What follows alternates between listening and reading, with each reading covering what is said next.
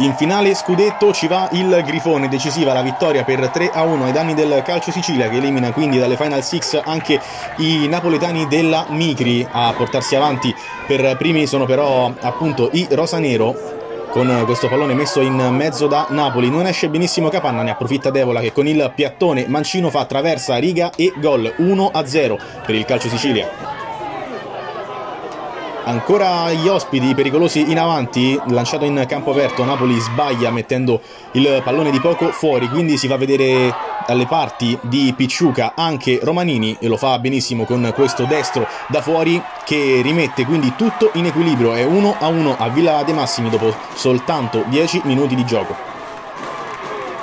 Ancora il Grifone alla ricerca quindi del vantaggio, ci prova Fiorentini, ottima risposta da parte di Picciuca, quindi sugli sviluppi del calcio d'angolo che ne consegue c'è una carambola, cerca di approfittarne Plantemoli ma viene respinta la sua conclusione con il mancino, poi si salva quindi il Calcio Sicilia che rischia però ancora su questa azione insistita da parte del Grifone.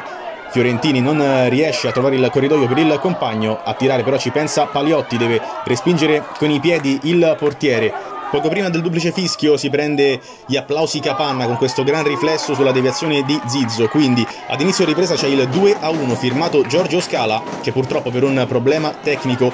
è sfuggito alla nostra telecamera. Qui inquadrato il numero 7 cerca il destro da fuori con la conclusione che termina alta. Con il Grifone in vantaggio però il Calcio Sicilia non si arrende, il tiro di Devola sbatte sulla traversa, si salvano i rossoblù, quindi ancora Fiorentini pericoloso, riesce in questa percussione, cerca il diagonale con il destro, risponde Picciuca che blocca in due tempi.